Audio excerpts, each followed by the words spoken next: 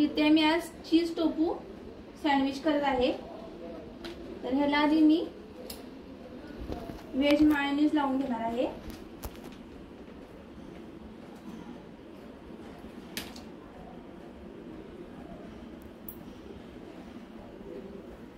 त्याच्यावर मी टोफू किसून ठेवणार आहे।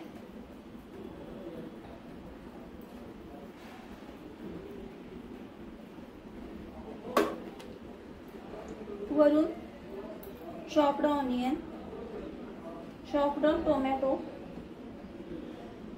थोड़ा स्पाइसी मसाला, काली मिर्च,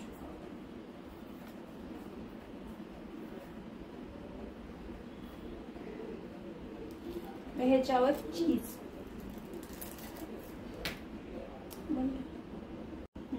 आता मी ह्याच्यावर चीज ठेवत आहे। आता आपण हे टोस्टर मध्ये ठेवूया।